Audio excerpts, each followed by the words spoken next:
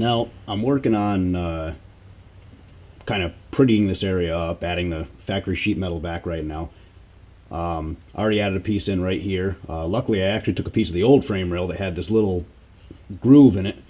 Was able to cut it to shape and stick it up there. So that kept the little divot right here.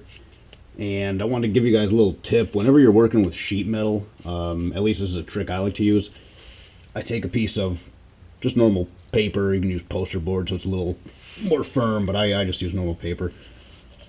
Cut it to the shape you want, as you can see.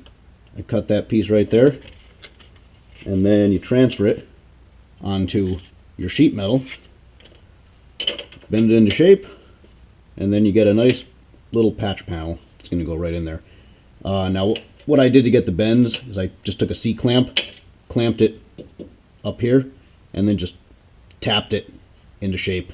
So when that's welded on, that'll be a nice little filler panel. It keeps the contours that the frame rail had, and be good to go. So let me get this welded on. Alright, so as you can see, we've got our boxed in frame rail now.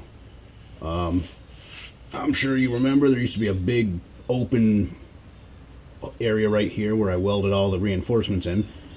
What I ended up doing was I took a little piece of the factory frame rail that had this little divot in it, welded that in to keep the shape, and then used a piece of sheet metal right here, welded that in. The frame rail is now welded up all along the seam here, up over the top as well. And let me swap views here.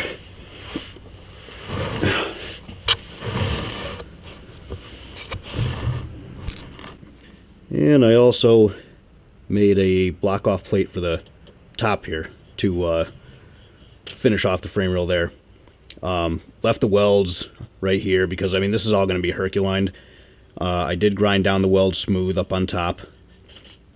But that's it. I mean, frame rail's all nice and boxed in now. It's actually starting to look a little more like a factory frame rail. And then the only other thing I did at the moment is I ended up kind of finishing off the arch here for the upper A-arm. Used to kind of be a jagged slice just because I did it to temporarily to get the arm through, but that's just got a nice smooth contour now. You can see the block-off plate I made here for the frame rail. And then the other piece of sheet metal is going to cover that off, come along the top here, and like I explained before, kind of just finish up the front here. And at that point, it will look like a true frame rail. Alright guys, I'm over on the passenger side now. After staring at it for about an hour or so, I finally built up the motivation to start on it. It's tough after pretty much finishing the driver's side, putting all that work into it, and then having to do the same thing all over again. But anyways, so far I've got the spot welds, factory spot welds drilled out. Next is going to be to cut the whole hump out, and then I've got a little template here that I made for the upper A-arm cutout. So once we get all this out of the way, I can make that. And then it's going to be cutting the main frame rail section out and making the new one again for a second time.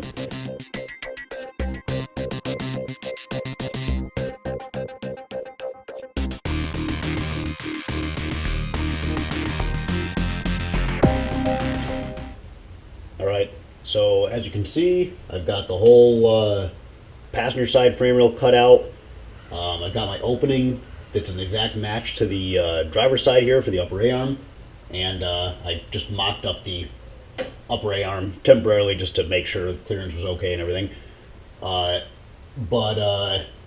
it's for the most part cut out of the way. So now time to do the process over and start measuring and cutting metal and fitting metal. But I'll tell you what, it does make it easy having the driver's side over there already done, so that I can just measure and, you know, measure the distance between here, measure the the angles of the cuts and everything, and pretty much just replicate the exact same cut on the passenger side. I think that this same cutting process before took me about 3 days, and this I had done in roughly a couple hours. So definitely making progress. I hope that the rest of the passenger side frame rail goes that smooth as well, and just as quick. So I've got my section of frame rail made up. I've got it sitting in there right now. The angle's right, everything else looks good. This side definitely went a lot quicker now that I knew what to do. But the only issue I had with this side is that it's got these indents here. You can see in the sheet metal, probably like just to strengthen it, factory a little indent in the back and in the front there. And I want my piece of square stock to fit nice and flush up against the sheet metal, so I had to slit it and then flatten it out. But that'll make a nice point just to do a nice big weld all the way down to attach this. And all I need to do now is drill a bunch of holes for the plug welds in that, all around it. We'll get this welded in place, and then after that, start adding some of the reinforcement pieces. Alright, well, we have a passenger side frame rail now. I made the piece up. Same deal as the other side. Plug welds everywhere. Still have to grind them all down, but I'll do that later. What I did is inserted a 1-inch piece of square stock. Actually, before I put this main frame rail in, I welded a piece of 1-inch square stock to it that's 2 3/4 inches wide to make up for this little divot here.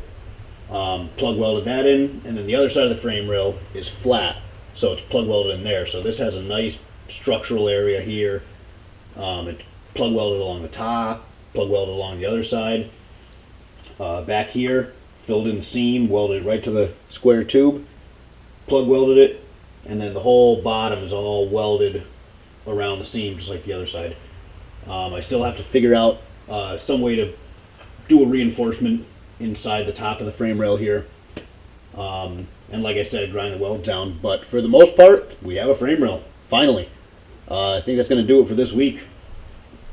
So, keep watching. Next vid will be up shortly.